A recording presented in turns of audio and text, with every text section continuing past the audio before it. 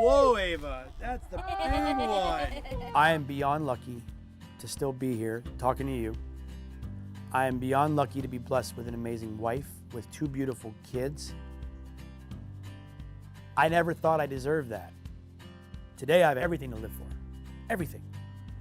And, you know, I can genuinely say today, without it sounding hopefully not conceited, I love myself today. It's nice. It feels great.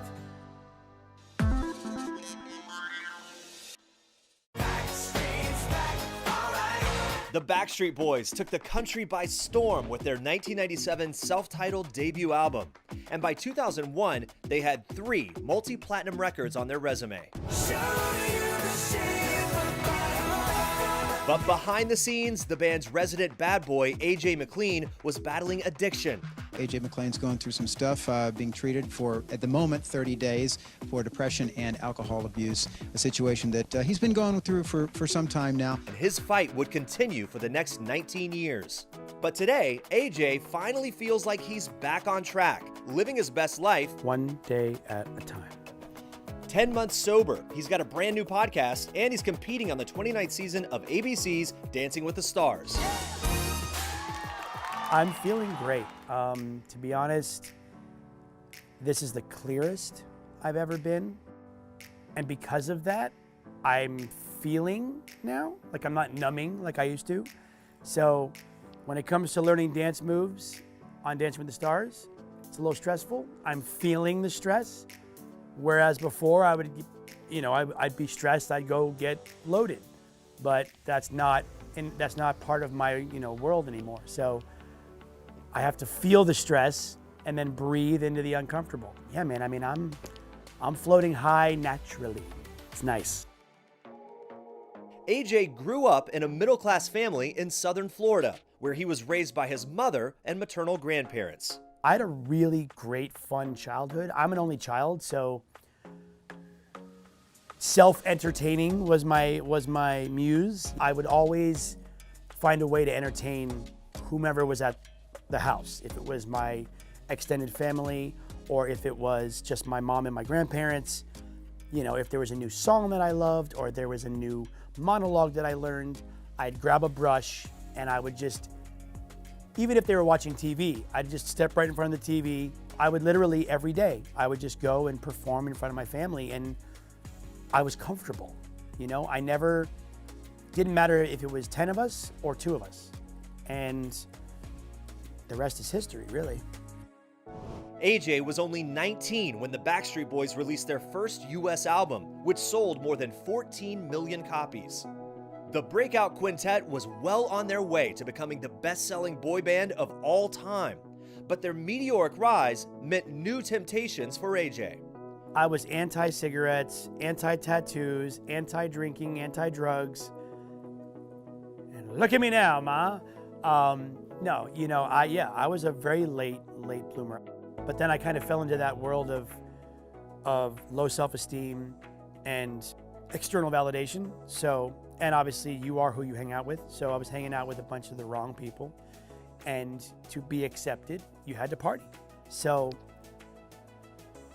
I was introduced to cocaine literally the night that we shot the video for The Call. It's the first time I ever tried it, because it was a late night shoot. Literally when I showed up on set and I got in the makeup chair, I told everybody. I was like, I'm freaking out, I'm on this, I'm on that. And they're all like, you need to stop. Don't tell the world that you're on drugs right now. And somehow, some way, man, I kept it a secret from everyone for the next at least 18 months, before the boys caught on, before my family caught on, before my real friends caught on. I found a way to really keep it under the rug. He came to us yesterday, and was the first time that I heard him say, guys, I have a problem and I need to get help. In July 2001, the Backstreet Boys shocked their fans when they appeared on MTV to announce they were pausing their Black and Blue tour because AJ had entered rehab. I instantly embraced it, because from the first group meeting, it was like, oh my God, like I'm with my people. Like everything I'm saying, you're saying the same thing. We've all been through it and we don't even know each other. So I felt at home and I felt like a sense of calm. So it was a great first experience. After rehab, AJ rejoined the band and finished the tour. In the ensuing years, the Backstreet Boys released 5 more albums and toured 9 times. Meanwhile, AJ's struggles continued with 2 more trips to rehab and multiple relapses. Tour has always been a trigger for me,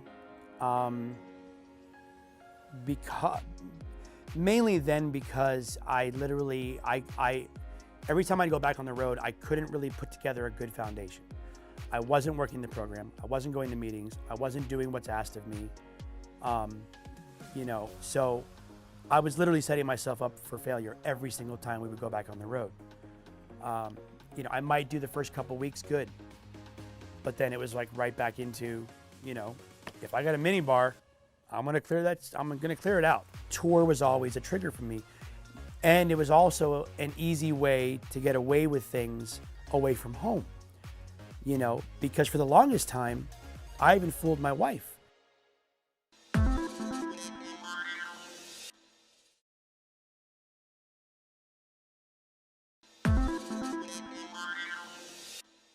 The first time I met my wife was in 2008. She was a bartender and a waitress at Saddle Ranch on Sunset. She claimed she didn't know who I was. I call bull. But I'm like, were you living under a rock? Like, this is 2008, like Millennium and Black and Blue, really? So now cut to 2009, I asked her out again. March 22nd, 2009 was our first date. And the cutest thing happened after dinner on our way to walk next door to see a movie. In this moment, we both realized one of our phobias was neither one of us could blow our nose. Grown adults, something as disgusting as mucus, we bonded over, and we literally did like a 1980s slow motion high five on the way out of the restaurant. And it was in that moment, I just got smacked in the face with these butterflies. And I was just like, wait a minute, no, not now. This can't be happening. And we literally have been together ever since that day. AJ and Rochelle Deanna Caritas were married in December 2011. By 2019, they had 2 beautiful daughters, but that December, another relapse threatened to tear AJ's family apart. She was already at her wit's end with me. And my ego always told me, you're not going anywhere. You're not going to take the kids from me. She absolutely was ready to do it. And I don't blame her, 100%. If I were her, I would have done it sooner. So literally 9 months ago, I was in Vegas. I went to go see my girl Shania. It was her opening night. And again, it was that before I even got on the plane, I had already mapped out the whole night. I knew where I was gonna go get my drug. I knew where I was gonna go get drunk. I knew all of it. And I figured, okay, it's one night. As long as I don't go past a certain time and I don't smell like it, I can go have a nice last hurrah and then come back home. My wife won't know, everything's gonna be great, and yada, yada. Never ever works out that way.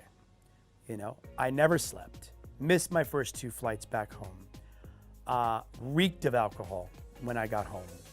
But what really hit me, you talk about the awakening, what really was the moment,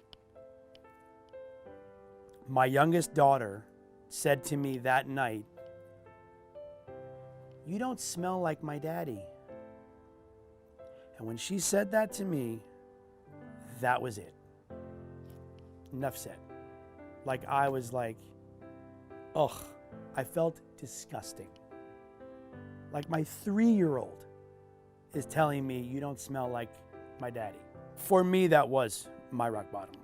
For years, I thought I definitely had bottoms, plenty of bottoms. I lost count how many bottoms I've had. But my rock bottom, that was it for me. That was my, as we say in the sober world, that was my moment of surrender. That was the moment I dropped to my knees and I said, "God, I cannot do this on my own. I can't. I have tried and I have failed miserably. So, help a brother out. Squish me. Come on, Larry, squish daddy. AJ's been clean and sober ever since. And he says the past 10 months have been the hardest he's ever had to work. I'm very proud of myself. I'm proud of myself because I feel like I know why I'm sober today. And it's got nothing to do with me. My family has saved my life. God has saved my life. That is my higher power today. And my recovery has saved my life. Period. God, recovery, family. Without those three things, I wouldn't be talking to you right now.